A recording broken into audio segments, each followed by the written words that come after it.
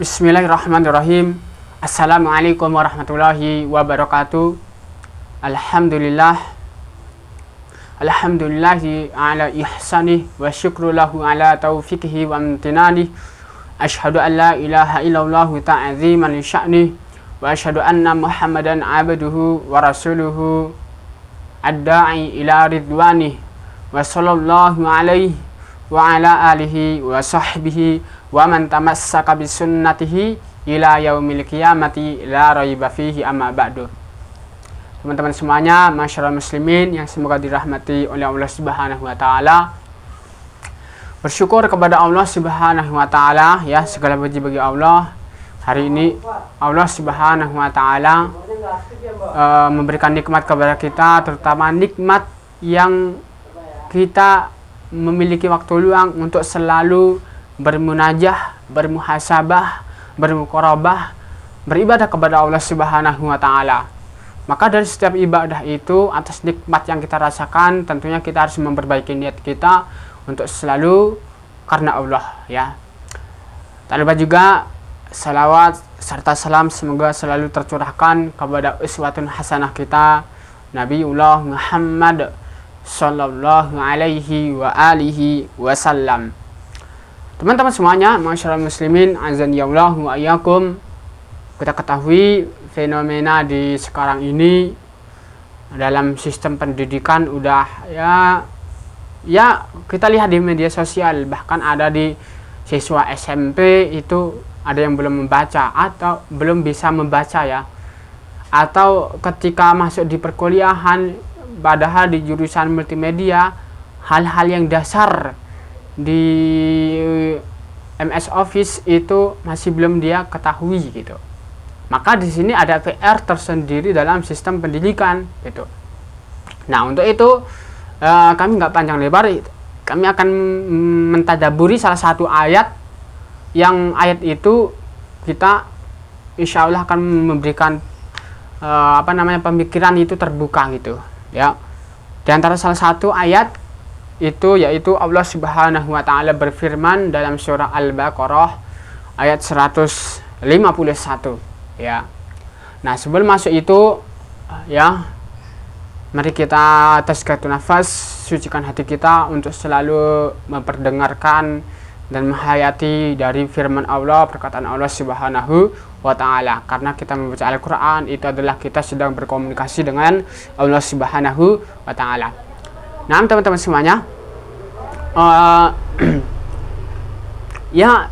kita ketahui di akhir hayatnya Rasulullah Shallallahu Alaihi Wasallam itu, bahkan di ketika haji yang terakhir itu, Rasulullah memberikan pesan untuk selalu berpegang teguh dengan Al-Quran dan As-Sunnah. Apapun itu, kita harus berpegang dengan dua hal itu, yaitu Al-Quran dan As-Sunnah, agar kita tidak tersesat, gitu. Insya Allah kita akan selalu di jalan yang benar ketika kita berpegang dengan Al-Quran dan As-Sunnah. Nah, untuk itu kita pelajari Al-Quran ini, ya. Pertama kita baca dulu di antara salah satu adab mentadaburi Al-Quran, kita baca dari ayat 151 ini. A'udzu billahi minasyaitonir rajim. Bismillahirrahmanirrahim. Kama arsalna fikum rasulan minkum yatslu alaikum ayatina wa yuzakkikum wa yu'allimukumul kitaba wal hikmah wa yu'allimukum ma lam takunu ta'lamun. Kami bacakan terjemahan dari Al-Quran Kemenak. Ayat 151, Allah Subhanahu wa taala berfirman dalam surah Al-Baqarah, sebagaimana kami telah mengutus kepadamu seorang rasul, yaitu Muhammad sallallahu alaihi wasallam, dari kalangan kamu, yang membacakan ayat-ayat kami, mensucikan kamu, dan mengajarkan kepadamu kitab, yaitu Al-Quran, dan hikmah sunnah, serta mengajarkan apa yang belum kamu ketahui. Ya. Naam. Teman-teman semuanya, kama arsalna fikum, sebagaimana kami telah mengutus kepadamu seorang rasul.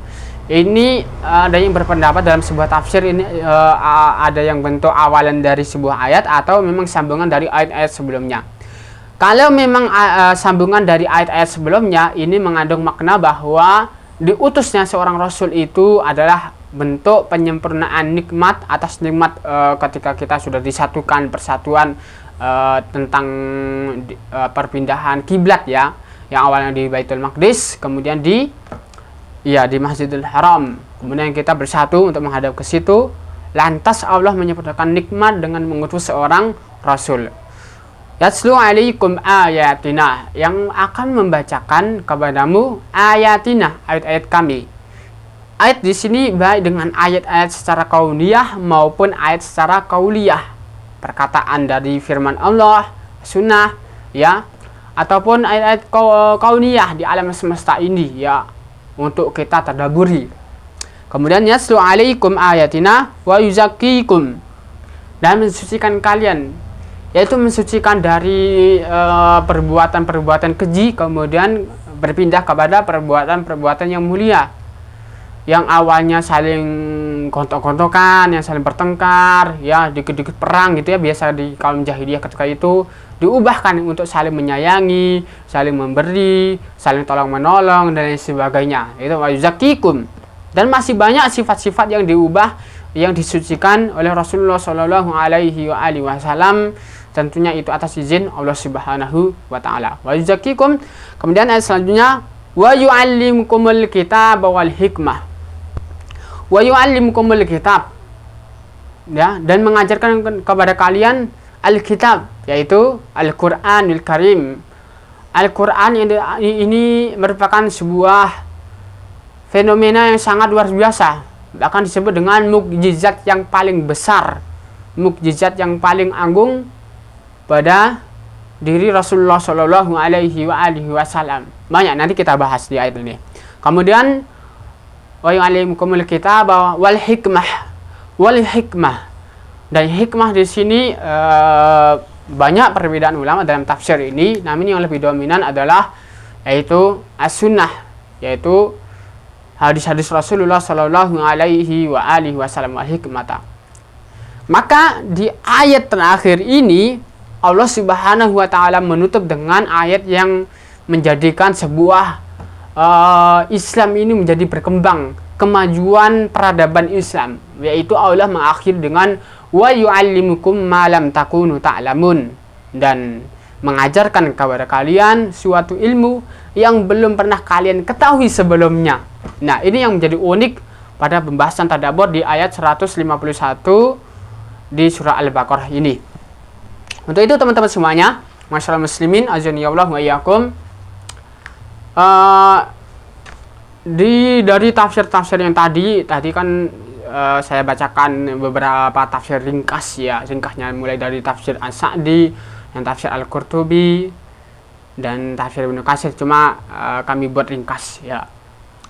Kemudian dari segi itu ya, ini menjadi sebuah pedoman bagi kita, sistem pendidikan di zaman hari ini yang sedang istilahnya itu perlu perbaikan. Mungkin ketika kita sebagai warga Indonesia ini pergantian menteri pendidikan setiap ya, mulai dari kurikulum 2006, kurikulum 2013, kemudian sekarang muncul kurikulum Merdeka, entah kemudian kita akan mengalami kurikulum apa lagi gitu ya. Tapi yang jelas kita sebagai seorang yang beriman, orang Islam, Muslim, kita punya kurikulum yang sangat kuat, yaitu kurikulum yang berlandasan Al-Quran dan As-Sunnah. Ini udah jelas, ya kan? Kata Rasulullah SAW, ya, kalian tidak akan tersesat nih kalau berpegang teguh dengan Al-Quran dan As-Sunnah di dalam sebuah hadis. Maka untuk itu kita perhatikan baik-baik, kita pelajari di ayat ini. Di ayat 151 ini Allah Subhanahu wa taala mengatakan kama arsalna fikum rasulan minkum yatslu alaikum, yaitu seorang rasul yang membacakan kepada kalian sebuah ayat-ayat, yatslu alaikum. Maka kita ketahui fenomena di zaman para sahabat itu, mereka belum bisa, bukan belum bisa, maksudnya tuh belum ada, belum terwujud. Al-Quran ini belum dibukukan seperti ini. Namun mereka sering mendengar dari perkataan, dari apa yang dikatakan dari Nabi kita, Nabiullah Muhammad Shallallahu Alaihi Wasallam, ya kan? Nah, Rasulullah itu mengumpulkan sahabatnya, kadang membacakan kepada sahabatnya Al-Quran yatslu alaikum. Maka di antara salah satu metode untuk agar kita bisa membacakan atau biar anak itu mudah untuk belajar Al-Quran, menghafal Al-Quran, itu ada istilahnya yang kita sebut dengan talaki, ya. Talaki itu dari yatslu alaikum, ya. Itu sebuah penerapan dari Tadabbur ayat 151 ini, yaitu kita mentalakikan kepada anak-anak kita, ya, atau anak didik kita ini, ya. Kita talakikan tuh, bacakan, karena apalagi anak-anak itu penglihatan dan pendengaran itu paling tajam, ya kan? Apa yang dia lihat itu ilmu yang mereka miliki, atau apa yang mereka dengar itu ilmu yang mereka ketahui. Maka anak-anak itu adalah peniru yang ulung, ya kan? Apa yang dia dilihat oleh orang tuanya, temannya, teman bermainnya, ini dia tiru gitu lah. Nah, untuk itu teman-teman semuanya, yatslu alaikum itu membacakan yatslu alaikum. Maka di konteks ayat ini, alaikum, ala di atas, kum kepada kalian, alaikum di atas kalian. Artinya ini bisa masuk ke sebuah ranah adab. Kalau kita mengingat sebuah sejarah, terutama sejarah di Bani Umayyah, di masa Turki Utsmani, di masa kejayaan Islam, itu ada sistem pendidikan yang dinamakan kutab, ya. Dan sistem pendidikan kutab itu seorang ulama atau guru itu membacakan ayatnya, baik ayat Al-Quran maupun hadis maupun matan-matan ilmu, dia membacakan kepada muridnya, dan gurunya itu duduk di lebih atas di sebuah kursi, sedangkan murid-muridnya itu di halaqah bawah, duduk di bawah. Ini menunjukkan sebagai bentuk takzim kepada guru, atau murid ini takzim kepada gurunya sebagai bentuk kehormatan atau menghormati terhadap ilmu itu sendiri, ya. Nah, makanya di sini ada penerapan adab, yaitu yatslu alaikum, membacakan kepada kalian. Yatslu alaikum ayatina wa yuzakkikum, dan mensucikan kalian. Maka di dalam sebuah pendidikan itu, guru bukan hanya sekedar menyampaikan atau transfer teknologi atau mentransfer pengetahuan gitu, ya, tapi juga memberikan tazkiyah atau mensucikan. Artinya bagaimana ruhiyah seorang guru itu benar-benar tertransferkan ruhiyahnya kepada murid gitu. Maka kita nggak mungkin mengajarkan kepada murid itu istilahnya ayo sholat itu seperti ini, tapi kita jarang khusyuk ketika sholat. Nah, sholat itu harus khusyuk, tapi kita nggak khusyuk, ya kan? Nah, kalian harus menghafal Al-Quran, dan kalian harus murojaah, karena murojaah itu adalah kewajiban bagi seorang penghafal Al-Quran. Mungkin guru mengatakan seperti itu, tapi ketika seorang guru atau muhafiz, ya, di dalam sebuah pesantren, dia mengatakan seperti itu, tapi dirinya itu tidak murojaah, tidak mentazkiyatan nafas pada dirinya, itu berarti tidak mentazkiyah dalam sebuah pendidikan itu. Makanya ruhiyahnya nggak tertransferkan. Maka kita lihat kenapa sih murid-murid sekarang ini, ya kan, banyak yang melawan ke gurunya, kemudian ya amburadul lah istilahnya. Karena banyak guru yang istilahnya mengajari itu karena sebuah profesi, padahal guru itu bukan hanya sekedar profesi, namun guru itu harus profesional. Maka keprofesional seorang guru itu kita contoh pada sosok diri Rasulullah Shallallahu Alaihi Wasallam, bagaimana beliau mengajarnya, ya. Di sini disebutkan di dalam Al-Baqarah ayat 151, yaitu wa yuzakkikum, mensucikan, mengatakan apapun dia siap untuk mengamalkan gitu. Kalau kita siap untuk menyampaikan tapi kita belum siap untuk mengamalkan, artinya apa? Ya munafik gitu kan. Cinta tanpa action Cinta tanpa action adalah kemunafikan, atau action tanpa cinta adalah kebohongan, ya kan? Iya, memang gitu nyatanya seperti hari ini gini.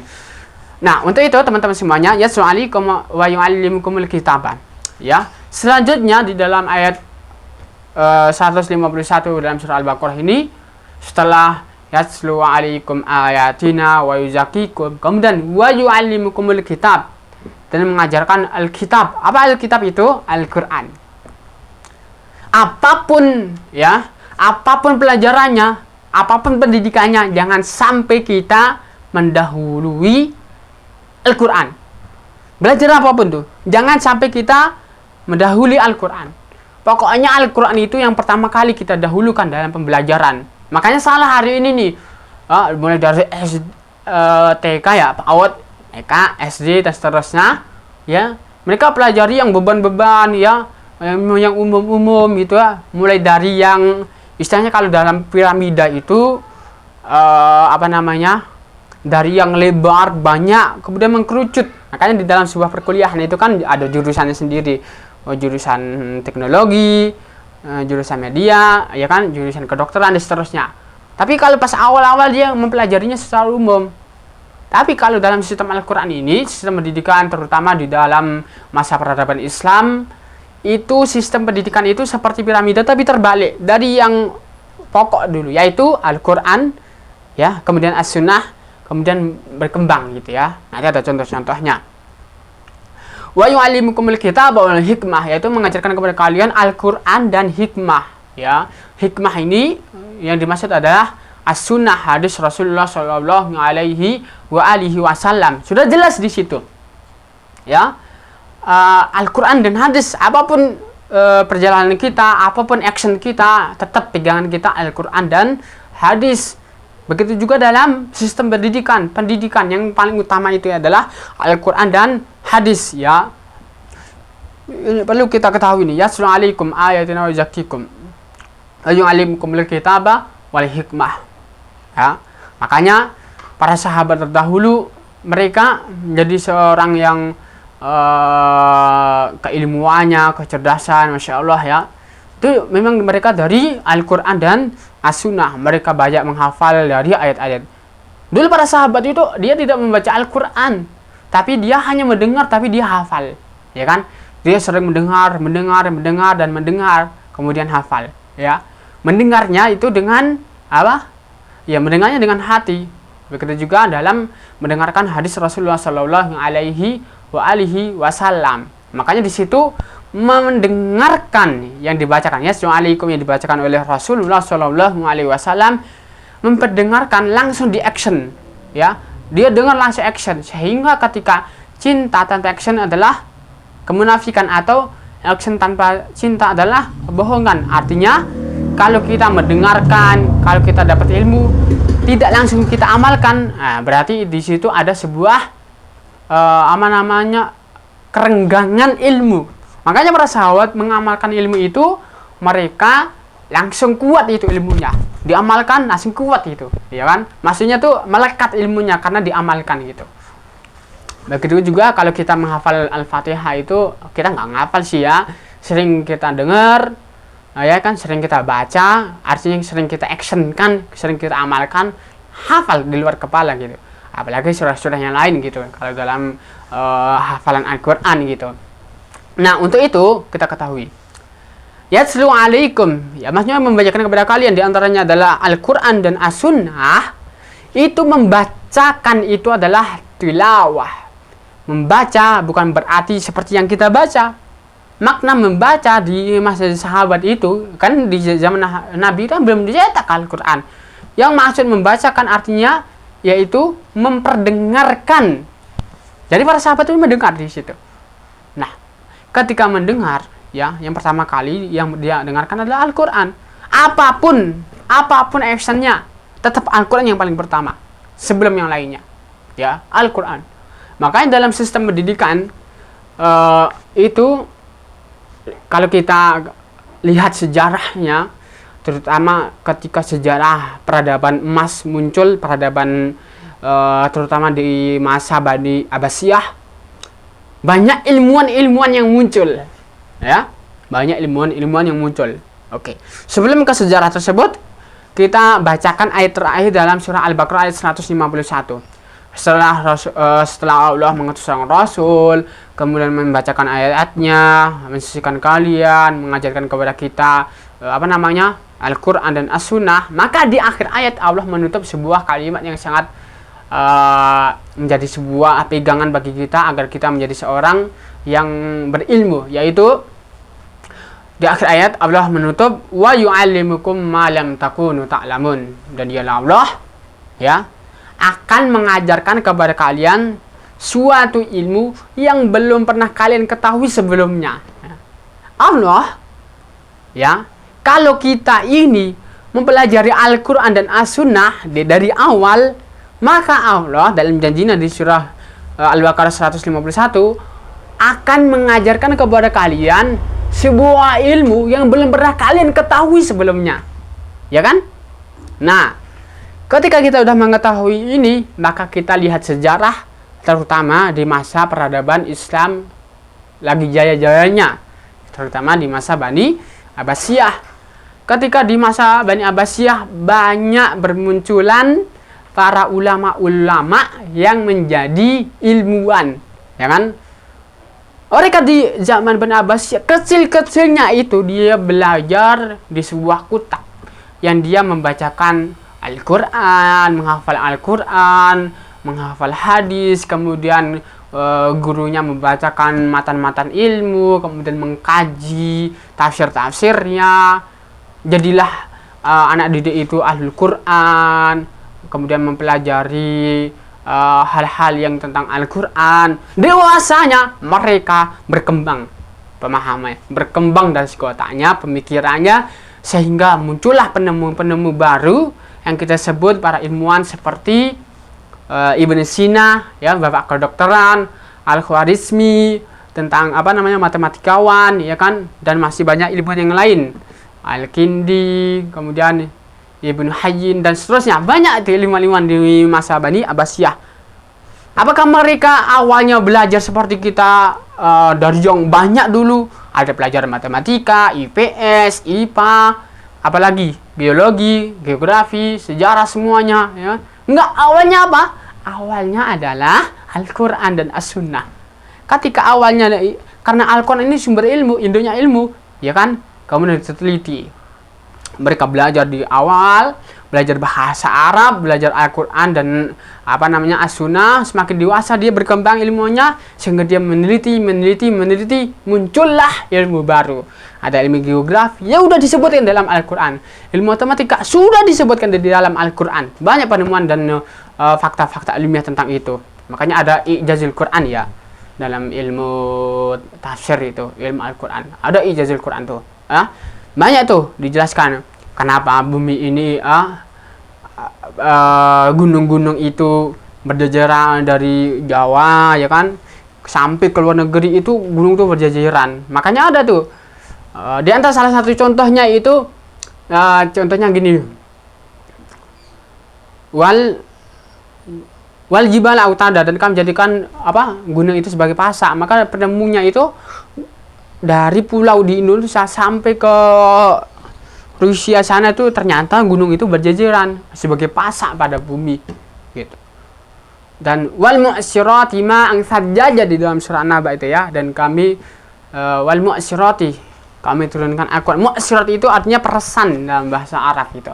Mu'asyirati ma'an sajjaja, air yang lebat. Mu'asyirati itu seperti awan, ya kan. Kemudian istilahnya dalam bahasa Al-Quran itu mu'asyirat. Kalau bahasa Arabnya tuh mu'asyirat itu adalah peresan, ya. Kemudian di sebuah kayak embun turun, ya. Wal mu'asyirati ma'an sajjaja, ya kan. Maka itu disebutkan wal mu'asyirati ma'an sajjaja, yang istilahnya tuh yang turun lebat, ya kan. Dan itu berputar. Artinya berputar ketika udah diteliti dari air laut menguap, jadi awan turun, mengalir, gitu, seperti itu. Banyak fakta-fakta ilmiah yang disebutkan dalam Al-Quran itu ditemukan oleh ilmuwan-ilmuwan itu, ya. Karena apa? Mereka awalnya belajar Al-Quran. Maka untuk itu teman-teman semuanya, jangan sampai anak-anak didik kita jauh dari Al-Quran. jauh dari hadis Rasulullah Shallallahu Alaihi Wasallam, karena Al-Quran dan As-Sunnah itu induknya dari sebuah ilmu-ilmu yang lain, ya kan? Makanya apa yang mewah-mewah, penemuan yang baru, yang wow saat ini, nggak akan yang menandingi yang namanya Al-Quran. Penemu yang baru-baru saat ini, ya kan, ujung-ujungnya ketika disamakan dengan Al-Quran, sama gitu. Makanya para ilmuwan-ilmuwan ketika di barat itu yang mungkin ditutup oleh media, ketika menemukan sebuah ilmu, kemudian ternyata cocok dalam Al-Quran, kemudian dia beriman, ya kan, banyak kan kejadian kayak gitu. Tapi media-media barat itu membungkam, bahkan gak menyetujuinya. Karena apa? Ya karena masuk Islam itu sendiri, hal-hal yang fakta sekarang ini. Makanya ketika di zaman peradaban Islam itu mereka jaya, ya karena yakin terhadap Al-Quran itu sendiri, ya. Semoga kejayaan kita kembali. Mungkin saat ini kita bangkit kembali nih, ya. Ada sih beberapa lembaga pendidikan yang mengutamakan Al-Quran dan Sunnah, ya kan. Ada kan situs nyawanya menghafal ya, ya soalikun cerdas, ya. Makanya ketika orang-orang terutama di jurusan kedokteran itu mendapatkan beasiswa bagi orang yang hafal Al-Quran, ya kan, karena cerdas gitu. Oke, barakallahu fikum teman-teman semuanya. Hari ini tentang tadabbur di dalam surah Al-Baqarah ayat 151, tentang pertama, apapun yang kita lakukan, apapun yang action kita lakukan, ya, pelajarilah Al-Quran, hafal dulu Al-Quran, pelajari Al-Quran dan As-Sunnah, baru ke yang lainnya gitu, ya. Barakallahu fikum, semoga bermanfaat. Kami akhiri. Wassalamualaikum warahmatullahi wabarakatuh.